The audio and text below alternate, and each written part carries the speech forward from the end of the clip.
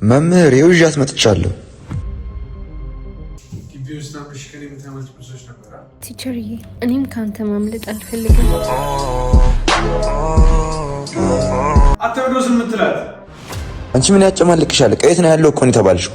እቃውማ አንተ ጋር ነው ያለው። እንዴት ነው የምታምሪው? ምን እየሆንክ ነው? እንዴት ነው ማታፍሪው? አንተ እኔና እሷ እናወራለን። 10 ማርክ አለ አስተውሰሽ።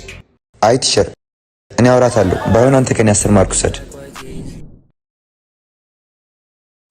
እንደምን አደራችሁ ተማሪዎች።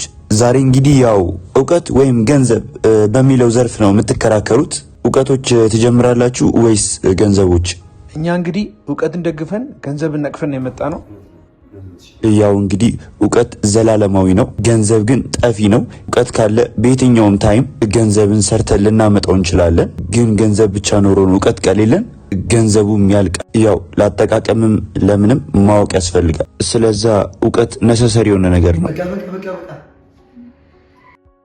ገንዘቦች እስቲ እናንተ ጀምሩ። ቲቸር እኛ እንኳን ብዙ መከራከሪያ ነጥብ የለንም፣ ግን እስክናስብ ድረስ እቺ ያሰርጋት አያስፈልግም ነበር። ተቸገራችሁ እኮ። ያው ተማሪዎች አልቋል። አስታውሱኝ 10 ማርክ አላችሁ። እናንተ ደግሞ ቀጣይ ክፍለ ጊዜ ላይ እንገናኛለን። አረ ቲቸር ምንድነው እንዴ? እሷ